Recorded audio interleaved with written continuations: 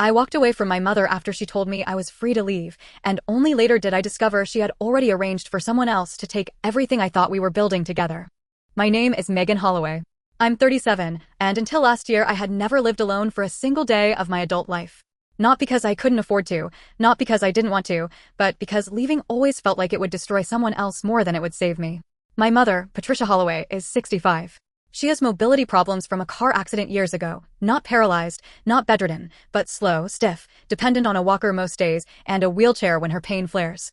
She can cook simple food, shower, use the bathroom. What she can't do is drive, carry heavy things, or be alone without spiraling into panic. For most of my life, I was the solution to all of that. My father, Ronald, died suddenly when I was 20. A stroke, no warning, just one normal morning that turned into paramedics in the driveway and neighbors pretending not to stare.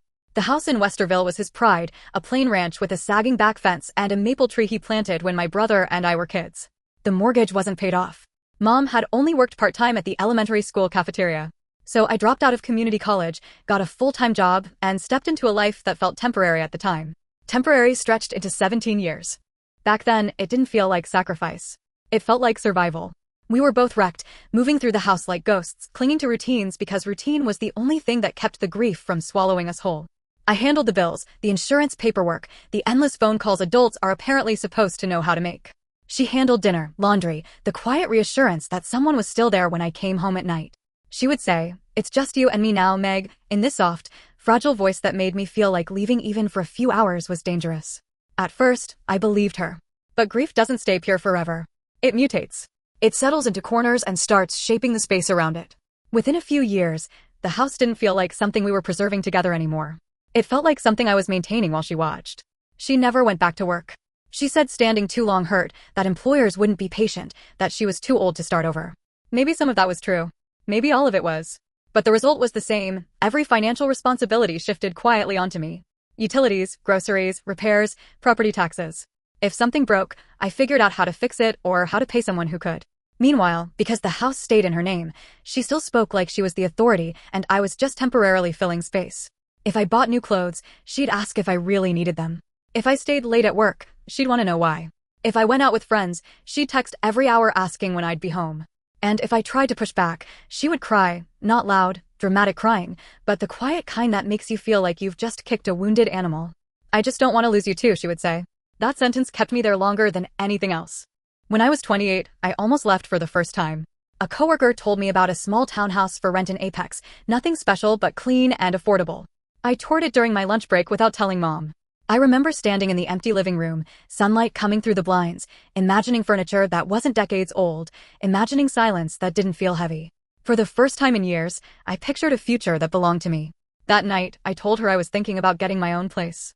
She didn't yell. She didn't argue. She just went pale, started breathing too fast, clutching the arms of her chair like she was trying not to fall off the planet. Within minutes she was sobbing, saying she couldn't survive alone, that she'd end up in a state facility where no one cared if she lived or died. I panicked. I got her water, medication, anything I could think of. She kept repeating that she had nothing without me. So I stayed. And after that, I stopped imagining leaving at all. Years blurred together. Friends got married, moved away, had kids. My world shrank to work, grocery stores, pharmacy runs, doctor appointments, and the quiet constant hum of someone else's needs shaping every decision I made. By the time COVID hit, I was already exhausted. Working from home erased the last thin boundary between my job and my personal life.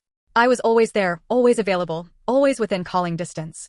She started phoning me from the next room for things she could absolutely do herself, checking the mail, grabbing the remote, refilling a glass of water. If I didn't come immediately, she would shuffle down the hallway with her walker, hurt written all over her face. "I didn't know if you were ignoring me," she'd say softly. Once she added, "Neglecting a disabled person is a kind of abuse, you know." I carried that sentence around like a stone in my pocket. By the time the world opened back up, I felt like I had aged a decade in 2 years. I didn't expect anything in my life to change anymore. Then I met Nathan Brooks. He transferred into our clinic network as an insurance adjuster we worked with regularly. He was calm in a way that made everything around him feel quieter. Not flashy, not charming in a loud way, just steady. When we started having lunch together, I realized how long it had been since someone asked about my life and actually listened to the answer. Dating him felt like stepping outside after being indoors too long. The air didn't just feel different, it felt cleaner. Mom was polite the first time he came over. She even made brownies, which she hadn't done in years. But the second he left, she said, he seems very interested in you. Almost too interested. I laughed it off, but she kept finding small criticisms. Too serious. Too quiet. Too observant. Still, I kept seeing him. Dinner dates, long walks, evenings where I didn't have to watch the clock. For the first time in a long time, I started to remember what it felt like to be just Megan, not Megan the caretaker. Then came the wedding invitation that changed everything. The wedding was for a coworker named Jessica, someone I liked but wasn't especially close to, which somehow made it easier to say yes. It was downtown Columbus, evening ceremony, reception afterward. Normal adult event. The kind of thing people in their 30s attend without needing to negotiate it like a hostage exchange. Still, I warned Mom weeks in advance. Told her the date, the time, how long I'd probably be gone. I stocked the fridge with easy meals, set out her medications in one of those daily pill organizers, even wrote emergency numbers on a notepad next to the landline she never used. She nodded through all of it with this tight, polite expression that meant she wasn't actually okay, but didn't want to argue yet. The day of the wedding, she asked at least 6 times when I'd be back. Probably around 11, I said the last time, forcing a smile. That's very late, she replied. I'm 37, Mom. She didn't answer that. Just looked down at her hands like she'd been quietly wounded. Nathan picked me up around 4. When I walked out the front door in a dress I hadn't worn in years, I felt strangely nervous, like I was sneaking out instead of leaving openly. He told me I looked beautiful in that calm way he had, not exaggerated, just certain. For a few hours, I almost forgot about everything else. The ceremony was warm and loud and normal, people laughing, clinking glasses, dancing badly. My phone buzzed a few times in my purse, but I ignored it, assuming it was group chats or spam. I wanted one night where I wasn't on call. We left just before midnight. In the parking lot, I finally checked my phone. 32 missed calls. All from Mom. My chest went cold so fast it felt like the air had been sucked out of me. Nathan asked what was wrong, and I just showed him the screen. He offered to drive faster, but traffic lights kept catching us, every red glow stretching the silence tighter. By the time we pulled into the driveway, my hands were shaking. The house was dark except for the living room. No TV noise, no lamp glow spilling into the hallway, just one dim light behind the curtains. She was sitting in her recliner, completely still, facing the door like she'd been waiting there for hours. The moment I stepped inside, she said, "I thought you were dead." Not crying, almost accusatory. "I'm so sorry," I started, fumbling with my purse. It was loud, I didn't hear my phone. "You didn't answer," she cut in. "I know, I'm sorry, You left me here all night with no idea where you were." Her voice rose with each word, sharp enough to slice through the room. Nathan lingered awkwardly near the doorway, unsure whether to stay or disappear. "It was a wedding," I said. "You knew where I was." "You could have been in a ditch somewhere," she snapped. "Something could have happened to me." That was the moment something inside me stopped bending. "I am 37 years old," I said slowly. "I am allowed to go to a wedding." She leaned forward, gripping her walker handles like she needed them to hold herself upright. Her eyes were hard, not scared. "As long as you live under my roof," she said, "your life is my business." The words landed heavy and final.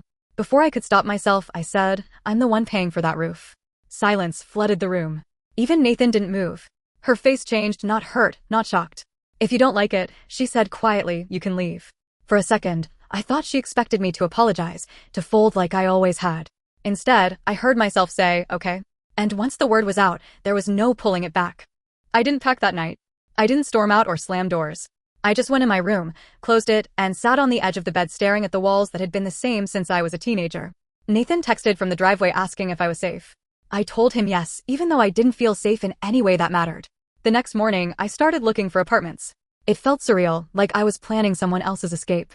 Studio units, 1-bedrooms, places with beige carpet and generic photos that all blurred together. I half expected something to go wrong before I could follow through, some emergency that would pull me back into the role I'd never been allowed to quit. When I told Mom I had scheduled a viewing, she didn't cry this time. She just went very quiet, moving around the house like I was already gone. "I hope you're happy," she said at dinner, eyes fixed on her plate. Some people don't get the luxury of walking away from family. Guilt sat in my throat so thick I could barely swallow. I offered compromises, grocery delivery, part-time home aid, help applying for disability support she'd always refused. She rejected every single option. "I don't want strangers in my house," she said. "And I don't want charity." "It's not charity," I said. "It's help." She shook her head. "If you leave, you're choosing to leave me alone." There was no version of this conversation where I didn't lose. Still, I signed the lease. Moving day came 2 weeks later, gray and drizzly, the kind of weather that makes everything feel heavier. Nathan showed up early with boxes and coffee. Mom stayed in her recliner the entire time, crying quietly, repeating the same sentence over and over like a broken recording. I never thought my own daughter would abandon me. I nearly stopped packing a dozen times.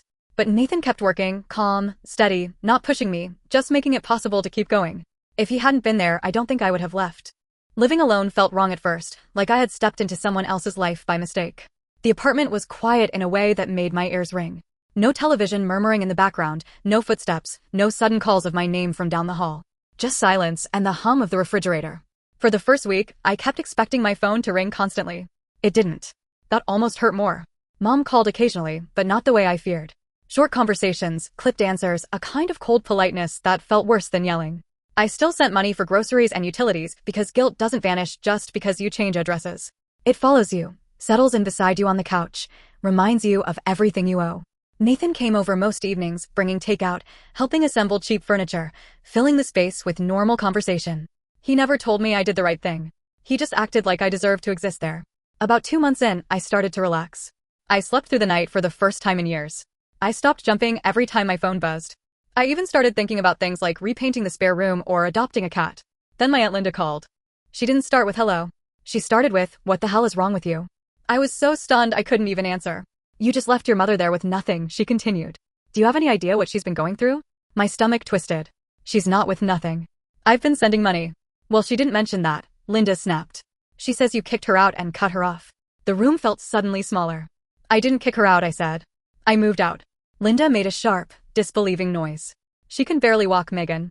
What did you expect her to do?" Guilt flooded back so fast it made my hands shake.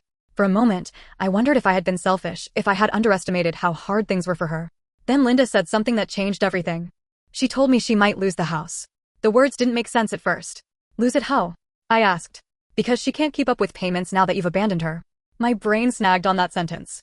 "Payments. Plural. What payments?" I said slowly. "The mortgage, Megan. What do you think?" I stared at the wall, trying to process something that didn't fit with the reality I thought I knew. "There shouldn't be a mortgage," I said. Silence on the other end. "What are you talking about?" Linda asked. "Dad had life insurance," I said. "Enough to pay it off." "That's what Mom told me." Another pause, heavier this time. "Megan, she refinanced years ago." The words landed like a physical blow. "What?" "She took money out of the house. More than once, from what I understand." I felt like the floor had tilted under me. All those years I had been handing over money every month, believing I was helping secure the home we both depended on. "Why?" I whispered. Linda hesitated. "To help family." A cold dread spread through my chest. "What family?" She didn't answer immediately, which told me everything. "Kyle," I said. My older brother had been drifting in and out of our lives for years, jobs that never lasted, relationships that imploded, rumors about drinking and pills that no one confirmed, but no one denied either. We hadn't spoken in nearly a decade. Linda exhaled slowly. "Your mother said he needed support." Support. The word sounded absurdly gentle for what it really meant. "And you've been, what, paying the mortgage?" she continued. "I assumed you knew." I couldn't even form a full sentence. Images flashed through my mind, checks I'd written, transfers I'd made, repairs I'd paid for. 17 years of believing I was protecting our home. "Megan," Linda said cautiously. "I didn't know," I managed. There was a long, uncomfortable silence, the kind that happens when someone realizes they've just exposed something they weren't supposed to. Then she dropped the final piece. "There's something else," she said. "And you need to hear it from someone."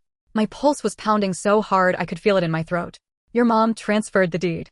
The room seemed to go completely still. "Transferred it to who?" I asked, even though I already knew. "To Kyle. About 6 months ago." 6 months. 6 months before I moved out. 6 months of paying bills, buying groceries, fixing appliances, mowing the lawn for a house that wasn't even hers anymore. My hands started shaking uncontrollably. I had to sit down on the floor because my knees wouldn't hold me. "Are you sure?" I whispered. "I wouldn't say it if I wasn't," Linda replied. She said it was to keep the house in the family. A hollow laugh escaped me before I could stop it. "Keep it in the family." As if I wasn't family. As if the person who had sacrificed her 20s and 30s to keep that place running was somehow an outsider. "Does he live there now?" I asked. "No. He plans to sell it eventually. Your mother is supposed to move in with him." The idea was so surreal it barely registered. Kyle, who could barely hold on to an apartment, suddenly owning the house I had poured half my life into. After we hung up, I sat on my kitchen floor for a long time, staring at nothing. Every memory of that house felt contaminated, like discovering a foundation you trusted was actually hollow the whole time. Nathan found me there when he came over later. I couldn't even explain it at first. I just handed him my phone with the call log open and said, "I've been paying for a house that was never mine to save." And for the first time since I left, I didn't feel guilty. I felt betrayed. I drove to the house the next morning without telling her I was coming. The sky was flat gray, the kind of color that makes everything look drained before the day even starts. For a moment I sat in the car staring at the place that had defined my entire adult life, trying to reconcile the familiarity with the anger boiling in my chest. Nothing looked different. Same crooked mailbox. Same maple tree shedding leaves into the yard. Same porch light Dad had installed years ago. It felt obscene that something so ordinary could hold so much deception. Mom answered the door after a long minute, leaning on her walker. She looked surprised, then wary, like she already knew this wasn't a friendly visit. "Megan," she said slowly. "What are you doing here? I need to talk to you." She stepped aside, and I walked into the living room where I had spent thousands of evenings feeling trapped without realizing why. I didn't sit down. "Why didn't you tell me you refinanced the house?" I asked. Her face tightened almost imperceptibly. "Who told you that?" "So it's true." She sighed like I was being unreasonable. "I had expenses. Things you don't understand." 17 years of expenses? My voice cracked despite my effort to stay calm. "All the money I gave you, where did it actually go?" She looked away. That was answer enough. "And why?" I continued, my hands shaking. "Did you transfer the deed to Kyle?" At his name, her expression hardened. "He's your brother. I'm your daughter." The words hung between us, heavy and raw. "I had to protect the house," she said finally. "If something happened to me, he would need stability." I stared at her. I was already providing stability. I was the one paying for everything. She shook her head. "You were going to leave eventually. I could see it. You had that man, your own life. I couldn't risk losing everything. So you gave it to the one person who never helped you? He's still my son." The simplicity of that sentence hit harder than anything else she'd said. Still my son. As if I had somehow stopped being her daughter by wanting a life. "Why didn't you tell me?" I asked quietly. For the first time, she met my eyes without flinching. "Because you would have stopped helping." No apology. Just a statement of fact. Something inside me cracked open, not explosively, but quietly, like ice giving way. All those years of guilt, responsibility, fear of abandoning her, none of it had been mutual. I had been a resource, not a partner. "And you were okay with that?" I said. "Letting me think I was saving this place when it wasn't even yours anymore?" "I did what I had to do," she replied. "Families make sacrifices. Families don't lie for decades." She gripped her walker tighter. "You're being dramatic." I almost laughed. Dramatic. After dropping out of school, working nonstop, structuring my entire adulthood around her needs. "Do you even hear yourself?" I asked. "You're about to move in with Kyle. He plans to sell the house. Where does that leave you?" Her mouth tightened. "We'll figure it out." The confidence sounded forced, brittle. "And if you don't?" I pressed. "If he can't take care of you? If he disappears again?" She didn't answer. For a second, I saw fear flicker across her face, real fear, not the performative kind I was used to. But it vanished almost immediately, replaced by stubborn pride. "You chose to leave," she said. "You don't get to question my decisions now." I drove away shaking, not from anger anymore, but from the strange emptiness that follows when something you built your life around suddenly collapses. For days afterward, I kept expecting to feel overwhelming guilt, the kind that used to send me running back to fix everything. It didn't come. What came instead was a heavy, complicated grief, not just for my father or the house, but for the version of my mother I thought I was protecting. Word spread through the family quickly. Some relatives called to tell me I should forgive her, that she was elderly and scared. Others quietly admitted they had always suspected she relied on me too much, but didn't want to interfere. Kyle never contacted me at all. Mom still calls occasionally. Sometimes she cries, saying she doesn't understand why I turned against her. Other times she's cold, reminding me that if she ends up in a nursing home, it will be because I abandoned her. Nathan says I don't have to answer those calls. Sometimes I don't. Sometimes I do. I haven't figured out which choice hurts less. My apartment feels more like home now. There are plants on the windowsill, pictures on the walls, furniture I chose for myself. I sleep through the night most nights. I've started thinking about the future in a way I never allowed myself to before. But every now and then, usually late at night, I wonder what will happen to her when the house is gone and Kyle inevitably can't manage the responsibility. Part of me still wants to step in, to prevent whatever disaster is coming. Another part of me knows that stepping back into that role might cost me the life I just started building. So I keep living here, suspended between relief and guilt, freedom and worry, waiting to see which feeling will win. I walked away because she told me I could. Now I'm not sure whether leaving saved me, or just delayed the moment I'll have to choose all over again.